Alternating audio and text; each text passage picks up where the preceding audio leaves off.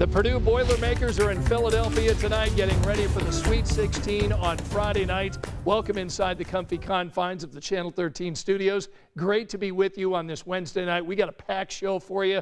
We're going to join Angela in a moment, find out about more rain coming your way on Thursday. Friend of the show, Lauren Kostick, is with us tonight in studio, not only talking about a great effort of Hoosiers helping out Ukrainian refugees with food, but we're also celebrating National Puppy Day, so you know you're going to get your nightly dose of Milo and Murphy, all to come here. And we've also got a surprise to talk about. Anne Marie and Felicia at Gainbridge Fieldhouse, all part of a halftime knockout round, all to come here on this 10 o'clock streaming, no matter where you are watching. But let's begin our evening, as we always do, with weather. And we have a lot to talk about because the storms have now moved out. Yeah. But we do have some rain to left around, right? Yeah, I would grab the jacket and the umbrella for tomorrow.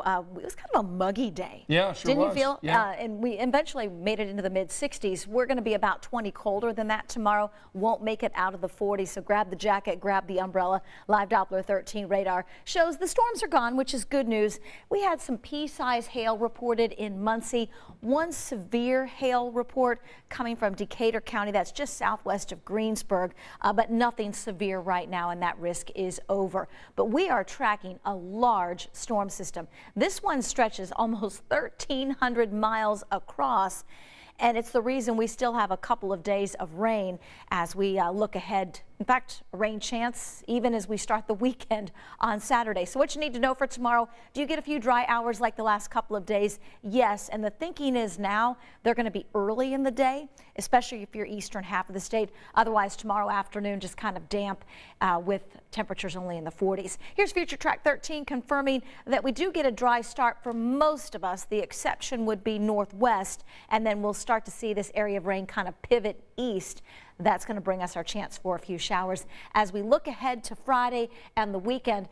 If I had to pick a day between now and the end of the weekend, Friday's going to be the pick. We get close to 50, a little bit of sunshine, because what happens is we start the weekend, we get a pocket of cold air arriving that will bring us some rain and snow showers. Oh, no. What? That's why March is the cruelest month. It can be pretty tough. It is very tough. All right, we'll get back with Angela in a moment.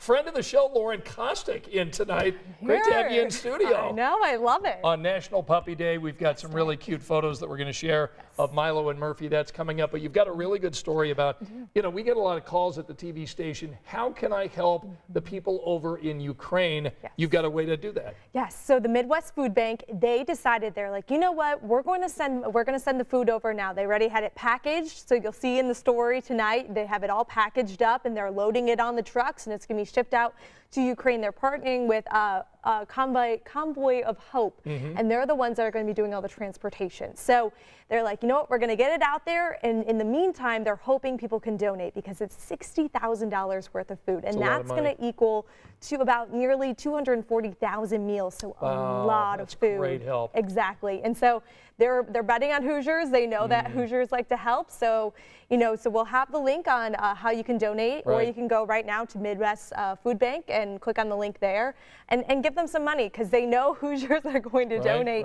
And everyone's been asking that. So this is such a great way. You know exactly what the food is, where it's going, who it's going to. It's just an easy way to do it. That's good to know. All right, so we'll have more on that story coming up tonight on 13 News at 11. And also, happy National Puppy Day to you, Milo and Murphy. And we had some really cute photos of your dogs when they were puppies. Tell us about it. Okay, so I got Milo. I know, look how big the leash looks. It's crazy.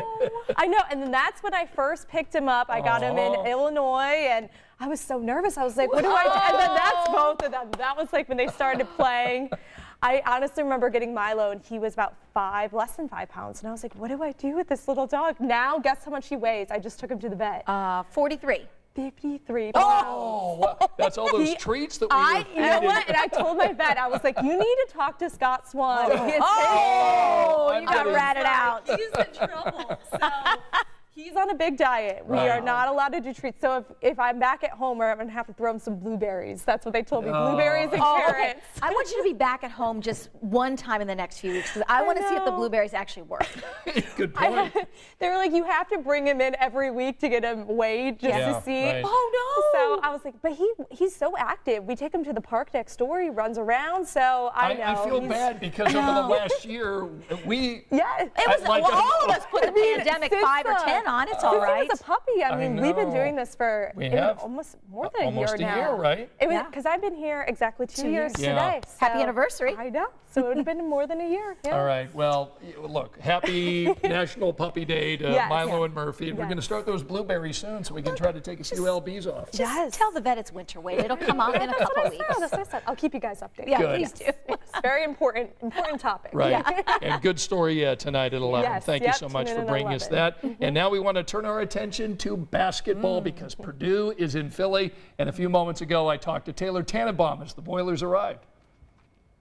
The Boilermakers have arrived in Philly for the Sweet 16, and Taylor Tannenbaum is there. Taylor, welcome to Philly. Have you had a cheesesteak yet? No cheesesteak yet, but that is on the agenda, I think, for tomorrow once we get through with all the stuff that Purdue has to do tomorrow. But like you said, they're here. They arrived shortly, really just a couple of hours ago. Their flight was a little bit delayed, so they got here a little bit later, but they just unloaded off the buses, saw a bunch of people, head coach Matt Painter, Zach Edey, Jaden Ivey, you name it, they were there. Legendary former Purdue head coach Gene Cady also coming off the bus, so he's here with the gang. So they're ready to go, about to eat cheesesteaks for dinner, the team, ahead of practice tomorrow. All right, so we've got practice tomorrow and the game on Friday against the Cinderella team. Tell us, how do the players seem to be feeling here a couple of days away from the game? I think they're feeling good. They're feeling confident. They've played great basketball so far, but they also know better than to overlook an opponent, whether they're a 15 seed or a 2 seed or, whatever. St. Peter's is a 15 seed, knowing that last year Purdue lost in the first round to a 14 seed. So they've been there. They've been upset before. So that is on their mind. I talked to Travion Williams just a couple of minutes ago about it. And they said they do remember that. The one thing that Coach Painter just said to us tonight was you can't get to the Final Four from the Sweet 16. So you have to win this game, get to the Elite Eight, then get to the Final Four. So that's their mentality. Have you started seeing any Boilermaker fans arriving there in Philadelphia for the Sweet 16? We have. There were a couple of people on our flight, and as well as a family in the hotel that just so happened to be here on spring break. Dustin Grove is going to bring you that story, I believe, tomorrow from Indiana, just so happened to be on spring break in Purdue's hotel in downtown Philly. So that was a nice little welcome for them. They got to see the whole team walk in. Pretty cool. And then when people join us tonight on 13 News at 11, what will they see from you? They're going to see, we're talking to Coach Painter. We're talking to Travion Williams just about what this week's been like. A quick turn from the first and second round. You'll see him getting off the bus, signing some autographs. So we'll kind of preview their mentality and how they're handling St. Peter's and this giant killer that's been in the tournament so far, and how they don't want to be the next victim on St. Peter's card right now. All right, well, Taylor Tannenbaum and Dustin Grove are going to have all of our coverage on 13 News over the next few days. We'll see you tonight at 11, Taylor, and when you eventually get that cheesesteak, enjoy. Oh, you'll see pictures on social media. I'll post it. I'll send you one, Scott. All right, thanks, my friend. I'm so jealous. Yeah, Taylor's got the best gig. She and Dustin Grove handling our coverage there from Philadelphia. Boiler fans, we got you taken care of. Yeah, it's going to be a fun Friday night and hopefully a fun Sunday. You bet. Because if they win Friday, I assume they'll play Sunday. So. Yeah, they would play the winner of UCLA, North Carolina. Okay. A couple of really terrific programs there. Lots of folks joining us tonight. Brian Logan reminding us that the IU women are in the Sweet 16. Yes. Glenn saying go Purdue Boilers. Let's see, we've got Tanya saying go Boilers and Joyce saying Boiler up tonight. So a lot of Boiler fans joining our Boiler coverage tonight. All right, school pictures. Oh, gosh. This story that Rich Knight did today generated so much attention. It's like the #1 story on our website tonight. I had no idea they were using green screen for pictures. Isn't that funny? Yeah, I can't remember if Luke and Grace if that happened. Yeah, I don't remember. I think we just had some sort of lame random background. Right, but okay, so here's the deal. If you've not seen this, we're going to go ahead and put some pictures up on the screen of some school pictures that didn't go as planned. So parents in Center Grove are getting good laughs tonight from these photo proofs that they received. You see, school picture day was on St. Patrick's Day, so they had a green background, and the kids, because it was St. Patrick's Day, are wearing green, which means that their bodies or their clothes basically disappear. Look at this kid. He's like, whatever. The kids are so cute, but the parents just find these pictures hysterical, like we all do. And so anyway, the photography company is going to go ahead and make good on this, saying that they can go ahead and clean these up and get the right prints. But we just found this hysterical. It's funny. The fence ones might be my favorite because you just have this head above the fence. Although the floral, that's pretty good too. It's pretty good. These two are pretty good. Yeah, Rich Nye is going to have the complete story. You're going to hear tonight from some parents who find these photos really funny. Again, the kids are cute. We're not laughing at the kids. No. Just think the photos are wonderful. So again, you'll see that story tonight on 13 News 11. Also, the thing I'm looking forward to tonight, a couple of hoop legends that I didn't even realize worked here at Channel 13. Yeah, Anne-Marie Tiernan and Felicia. Right. Got a picture to show you.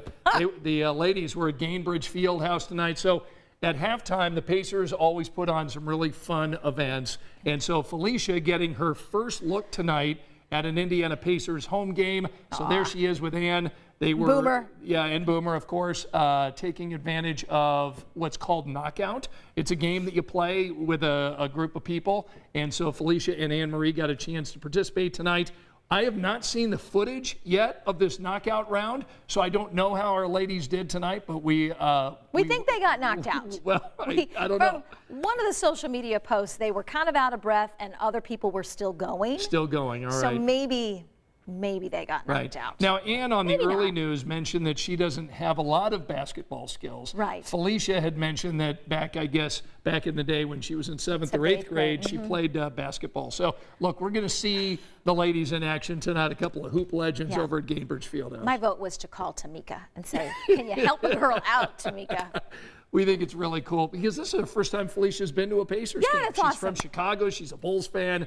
Now we get her here in Indiana, and look, within a short time she'll become a Pacers fan. Yeah, and we're going to let her stay and enjoy the rest of the game, so we'll see her later this week. Tomorrow, you bet. All right, weather tomorrow on Thursday. Weather tomorrow on Thursday. Grab the umbrella, grab the jacket. We've got more rain on the way and only in the 40s. Ooh, that's as good as we get. That's as good as we get. And looking ahead, Yeah. we had 64 today for a high, Right. and I don't have 60s in the 7-day. So Okay. rather cool for middle end of March. Okay, Liz, Joyce, Tanya, thank you so much for joining us. Christopher's with us. Fulton with us again tonight. What national day is it? Did he say? Let's see, Fulton. Today is my grandma's Tracy's birthday and okay. National Chip and Dip Day. So Fulton's grandma, happy birthday, Happy birthday. and National Chip and Dip Day. What kind of dip do you like and chips? Well, can I say helva? Is that how you even say it? You just did. I think it is. I love those Roscoe's scoops. like, whatever. Oh, yeah. Scoops, the Fritos. Sure. That are kind of in the scoop shape. So you can throw all the dip in. You make sure you get as lots of much dip in that on. there. That's right. These and other topics will be discussed tonight on 13 News at 11. Angela and I will be with you then. Thanks so much for joining us here at 10 o'clock. We'll see you at 11. Good night.